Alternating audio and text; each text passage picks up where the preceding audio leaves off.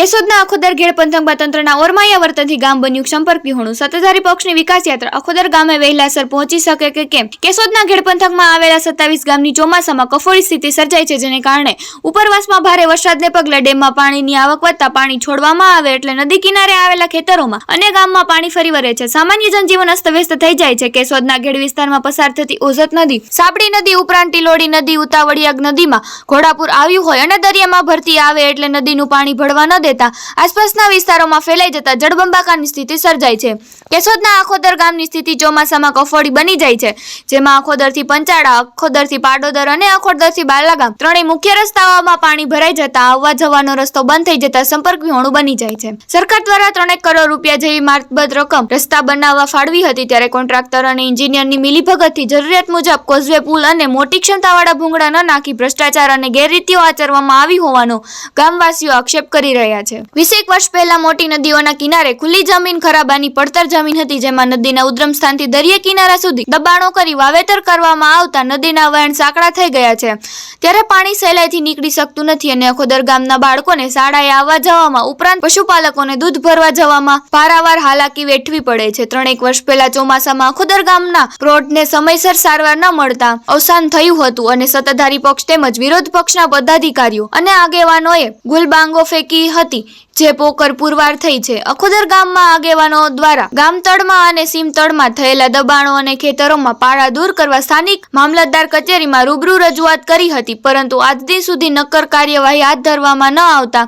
વાલાદવલાની નીતિ અખત્યાર કરવામાં આવતા પરિસ્થિતિ સુધારવાને બદલે દિવસે ને દિવસે કફોડી બની રહી છે। સત્તાધારી પક્ષની વિકાસ યાત્રા અખોદર વહેલાસર પહોંચી શકે નહીં તો ગામવાસીઓને હિજરત કરવો પડશે। અખોદર ગામના યુવાનો, ખેડૂતો, પશુપાલકો દ્વારા અર્ધનગ્ન હાલતમાં વિરોધ કર્યો હતો, ત્યારે કુંભકર્ણની નિંદ્રામાં પોઢતા તંત્ર અને પદાધિકારીઓની ઊંઘ ઉડશે કે કેમ એ તો આવનારા દિવસોમાં જ ખબર પડશે।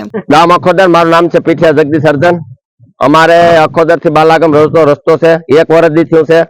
3 કરોડ ને ખર્ચે રોડ થયો છે, પણ રોડ ની અંદર ભ્રષ્ટાચાર એટલો થયો છે, જ્યાં વહેતા પાણી કડે કડે પાણી ભરાય છે, રોડ ની ઉપર પારા સડી ગયા છે, ક્યાંથી ક્યાંય નીકળાતું નથી, કોઈ ખેડૂત કોઈ કહેતા નથી।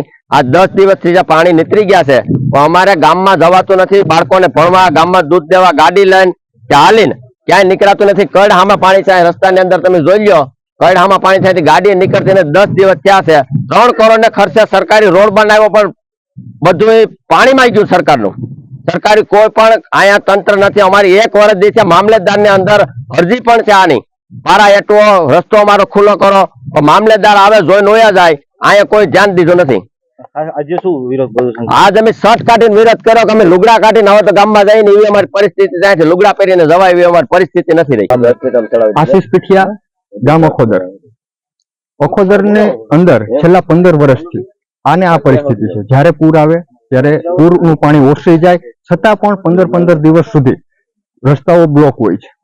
અખોદર ને જોડતા 3 રસ્તા છે, અખોદર થી પાડોદર, અખોદર થી પંચાળા અને અખોદર થી બાલાગામ। આ ત્રણેય રસ્તાઓ પૂરનું પાણી ઓસરી જાય છતાં પણ 15 દિવસ સુધી બંધ રહે છે, કારણ કે કોન્ટ્રાક્ટર અને એન્જિનિયરોની મિલીભગત અને ભ્રષ્ટાચારના લીધે યોગ્ય કોઝવે નથી બનાવવામાં આવ્યા, કોઝવેમાં ક્યાંય નાલા નથી મૂકવામાં આવ્યા, પછી બીજા નંબરમાં કે ગટરનું કંઈ આયોજન નથી કરવામાં આવ્યું અને પાણી નિકાસની કોઈ વ્યવસ્થા કરવામાં નથી આવી, જેથી કરીને આ સમસ્યા સર્જાય છે અને ખેડૂતો અને વિદ્યાર્થીઓ અને ગામના લોકો ખેતરે જવા માટે, સ્કૂલે જવા માટે દર વર્ષે આ જ રીતે પીડાય છે। અને ખાસ કરીને જે પારા બનાવ્યા છે ખેડૂતો, એને લીધે પાણી ભરાય છે। જો તંત્ર યોગ્ય નિરાકરણ કરે તો ખેડૂતોને પારા બનાવવાની જરૂર જ નથી। ખેડૂતોએ પારા તંત્રની બેદરકારીના લીધે બનાવ્યા છે।